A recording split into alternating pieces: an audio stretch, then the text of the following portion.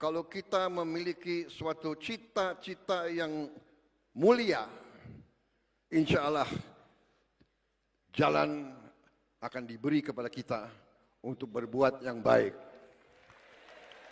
Saudara-saudara sekalian, dari sejak awal saya katakan Partai Gerindra harus berbuat yang berguna bagi rakyat Indonesia. Kita adalah partai yang berjuang untuk kepentingan bangsa, negara, dan rakyat. Dan kita harus mengerti bahwa semua partai punya cita-cita yang sama. Semua partai di Republik ini ingin juga berbuat yang terbaik untuk rakyat Indonesia.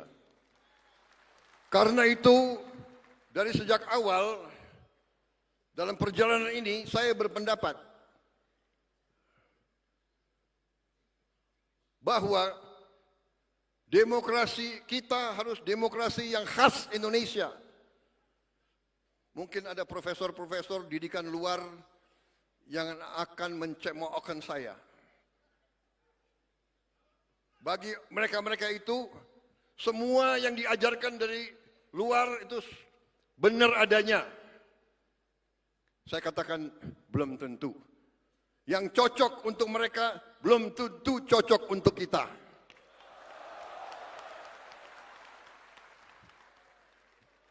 Ada negara yang menganggap demokrasi itu kita harus bermusuhan. Demokrasi kita tidak boleh kita bermusuhan dengan lawan-lawan politik kita.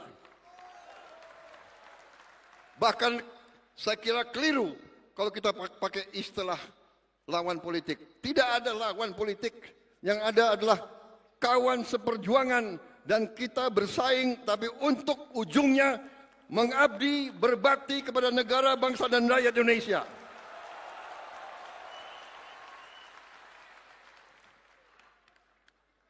Itu keyakinan saya. Dan ini saya kira sudah dibenarkan oleh perjalanan sejarah dunia. Hanya negara yang elitnya bisa kerjasama, negara itulah yang bangkit.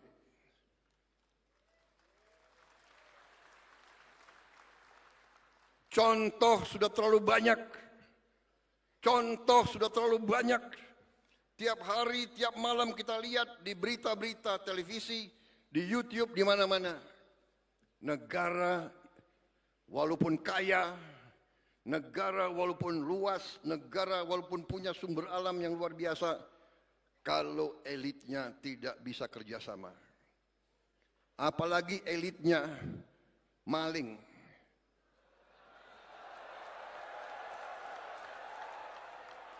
Tidak mungkin negara itu bisa berhasil. Kita mengerti hal ini. Saya mengerti hal ini. Karena itu, satu, demokrasi kita harus khas. Demokrasi kita harus uji. Setelah bersaing, kita anggap pemilu pilkada itu pertandingan. Kita bersaing. Begitu ada yang menang, ada yang kalah, kita harus bersatu. Kita harus kerjasama. Bersatu tidak berarti semua masuk pemerintahan. Tidak. Kalau perlu iya. Kalau perlu, kalau tidak juga nggak apa-apa. Dalam arti mereka yang tidak masuk pemerintah, kita tetap anggap sebagai patriot-patriot bangsa Indonesia. Mungkin mereka di luar, berarti mereka membantu kita. Mereka akan ngoreksi kita. Mereka akan memperbaiki kita. Mereka akan mengawasi kita. Kita harus mau diawasi. Kita harus mau dikoreksi. Kita harus mau dikritik. Saudara-saudara, tapi kritiknya yang benar. Jangan kritik berdasarkan dendam. Betul. Kemarin sembahyang Jumat, khotibnya luar biasa di tempat saya kemarin, tadi, ya kemarin. Antara lain dikatakan bahwa Allah Subhanahu wa taala tidak akan merestui orang yang punya dendam di hatinya.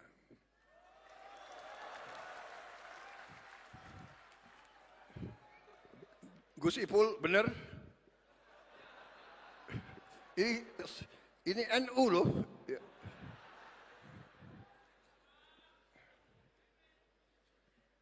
Saudara-saudara, sekali lagi perjalanan kita membuktikan itu. Saya mungkin ditakdirkan untuk jadi presiden ke-8. Waktu usia muda, waktu saya aktif di tentara, saya diberi sandi 08. Saya enggak dikasih sandi 06 atau 07. Kalau saya dikasih 06, jangan-jangan presiden ke-6. Saya dikasih sandi 08. Saya menjadi presiden ke-8. Di tahun 2024, 2 tambah 2 tambah 4, 8. Jadi saya menjadi presiden Republik Indonesia ke-8 di tahun 8. Dan hari ini saya sebagai presiden Republik Indonesia berdiri di sini pada ulang tahun yang ke-17. 1 sama 7. Dan kebetulan hari ini tanggal 15 bulan 2 2025. Jadi 15, iya kan?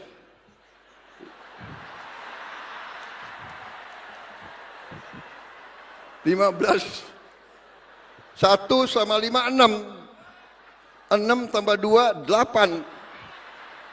8, 22. Ya, 2025, 9. 8 tambah 9, 17.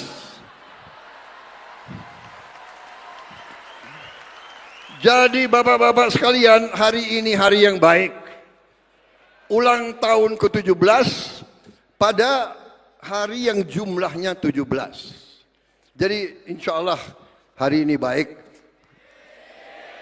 bagi kita sekalian, dan terima kasih. Hari ini saya dihormati, tokoh-tokoh bangsa hadir, dan pimpinan partai politik dari semua spektrum hadir, termasuk yang baju merah.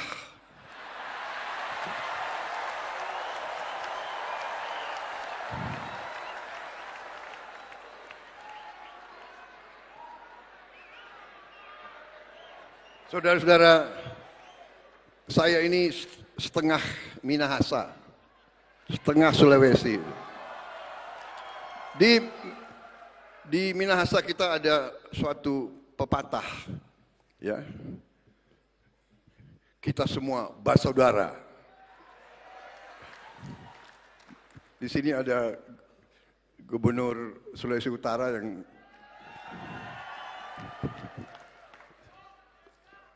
walaupun kita bersaing, tapi kita bersaudara. Saya kira itu saja yang ingin saya sampaikan, saudara sekalian.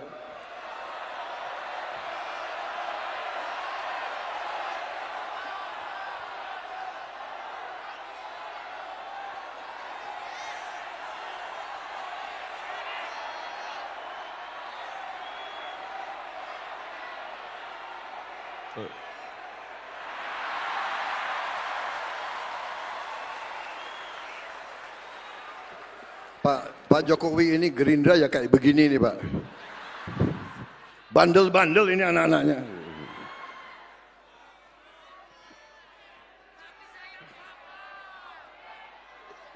Saudara-saudara sekalian, memang kemarin itu tanggal berapa itu ya? 13 ya. Tanggal 13 saya didadak oleh mereka-mereka ini semua. Tadinya Rapimnas akhirnya dirubah jadi kongres luar biasa itu.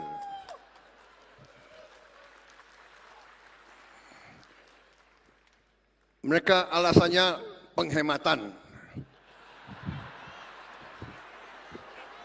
Kalau sekarang Rapimnas 3 bulan lagi kongres, biayanya double.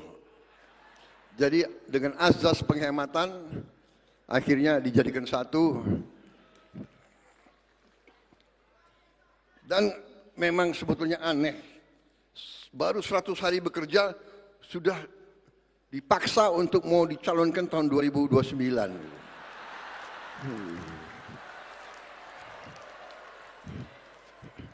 Nanti ada itu pengamat-pengamat Prabowo ambisi.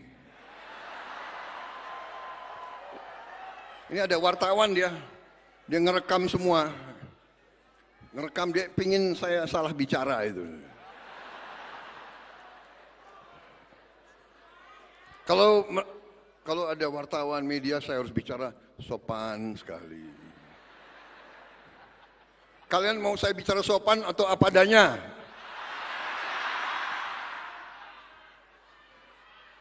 Atau mau bicara sopan? Saudara-saudara sekalian, negara kita